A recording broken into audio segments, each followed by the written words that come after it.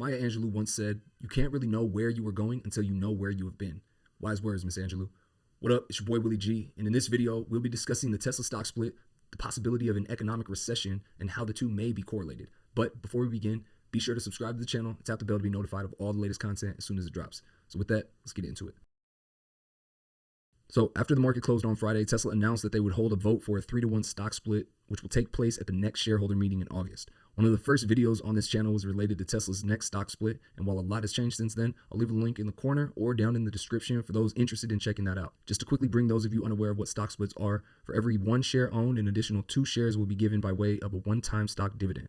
Now, it's important to note that this does not change the value of the shares owned. It simply increases the number of shares and equally divides the price of them accordingly. Simply put, if you owned 10 shares at $9 per share, which would equal $90 of total value, you now have 30 shares at $3 per share, which is also equal to $90 of total value. Obviously, because the value owned does not change, this also means that the company market value does not change either. So then why perform a stock split, one might ask? Well, a major reason why is due to the company's confidence in their direction. They want to unlock a new segment of the retail stock market by offering what appears to be a more affordable entry price for more retail investors. As you might conclude, attracting new investors to buy into the company can help stabilize the company's market value, which would prove well when market situations are less predictable. More on that to come. Now, this isn't the first instance in which Tesla has looked into performing a stock split. In fact, back in August of 2020, Tesla announced a stock split, which resulted in the stock price going crazy. And in the short term, from the date of the announcement on August 11th to the split date of August 30th, Tesla's share saw an increase in value by over 80% in just 20 days.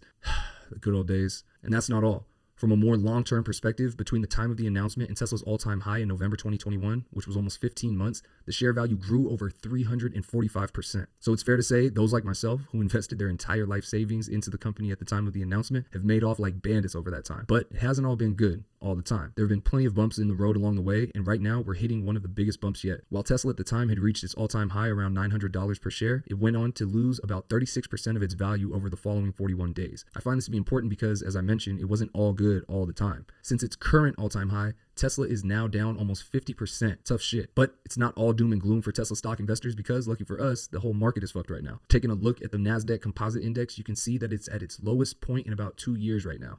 And since the low point almost 2 years ago, we can see that November 2021 saw its all-time high, which represents about 50% growth over that time, which isn't bad. However, it's now in decline and has seen a decrease by about 36% over the last 200 days or so. Now, when compared with what happened leading up to the COVID market crash in early 2020 that reached about a 15-month low, we can see a similar trend in that the increase was around 44%. But after reaching its all-time high in February, it then saw a decrease of about 30% over the course of about 30 days. In my opinion, this shows that the road down has been long and slow and will likely be much more severe than it was before. But don't just take my word for it. Market crash is coming, and it's going to be very ugly. Uglier than what people think it's going to be. Is that true, dude? Oh, dude, uglier than what people think is it's that going to right? be. Wow.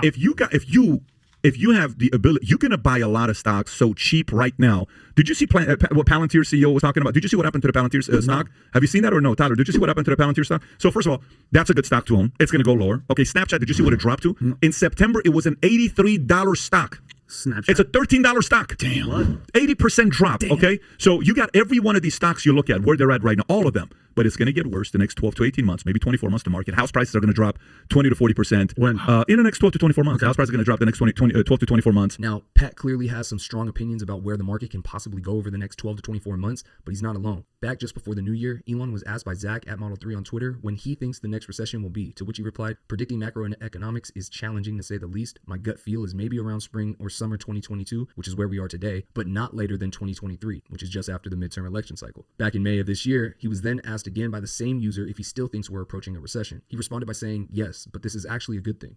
It has been raining money on fools for too long. Some bankruptcies need to happen." Also, all the COVID stay-at-home stuff has tricked people into thinking that you don't actually need to work hard. Rude awakening inbound. Again, this seems like a warning from someone who has a very keen insight into not just the US economy, but the global economy as a whole. Echoing some of Elon's thoughts, Cathie Wood over at ARK Invest said back in early April, "The yield curve, as measured by the difference between the 10-year Treasury and 2-year Treasury yields, inverted, suggesting that the Fed is going to raise interest rates as growth and or inflation surprise on the low side of expectations, which will be a mistake. For those who don't know what yield curves are, here's an example of one: the 10 to 2-year Treasury yield curves dating back to the mid-50s provided by Fred. The yield curve is essentially used to plot securities on a graph and show investor expectations for the economy and interest rates over time. She goes on to say, economists have learned over many cycles that the 10 to 2-year measure of the yield curve leads another one, the difference between the 10-year Treasury yield and the 3-month Treasury rate. I have no idea why many strategists and economists are reverting to the latter one now. The 10-year to 3-month yield curve is steep because the Fed is telegraphing aggressive interest rate hikes in the face of inflation that has been stoked by supply shocks. Inflation is a highly aggressive tax that is killing purchasing power and consumer sentiment. U.S. consumer sentiment, as measured by the University of Michigan, is lower today than it was at the depths of the corona crisis. It has entered 2008-09 territory and is not far from the all-time lows in the 80s when inflation and interest rates hit double digits.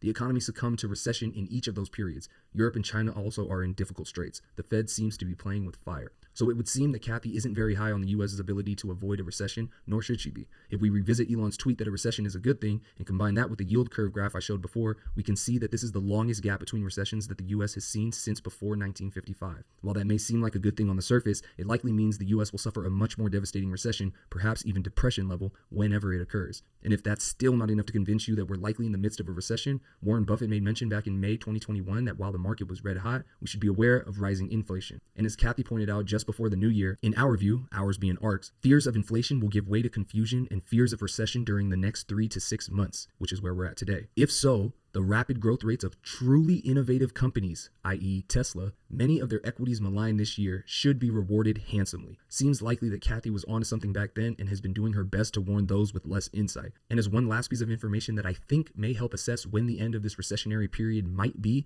I refer to Elon's recent announcement to the SpaceX team that an IPO for Starlink is still another 3 or 4 years away. Now, why do I believe this to be an indication of the market reaching a recovery point, you ask? Simple. During the last recession in 2008, Tesla was just getting its first vehicle, the Roadster, to market and was obviously struggling as a company financially during that time. They were able to pull a rabbit out of the hat to avoid bankruptcy, but held off on IPO until 2010, which happens to be in line with the end of the recession and also when investors are looking to invest. In my view, I think Elon is comfortable with delaying the Starlink IPO, which will be huge in the long term, in order to avoid an instance where the market is unsupportive and thus more likely to lead to bankruptcy. With this in mind, Elon predicting another 3 to 4 year delay signals to me that that would be his prediction for when the market should be on the path to recovery. So, in my opinion, what are the implications of a recession? Well, first, bankruptcy among big players in many different markets, from Walmart to Amazon, all the way to Ford and many other companies in between. I think this also leads to many people losing their jobs, which will lead to consumers pulling back on spending, as well as those who are equity rich, i.e. stock or crypto holders, real estate investors, stuff like that, will lose some gains made during the bubble, and if they didn't properly prepare themselves,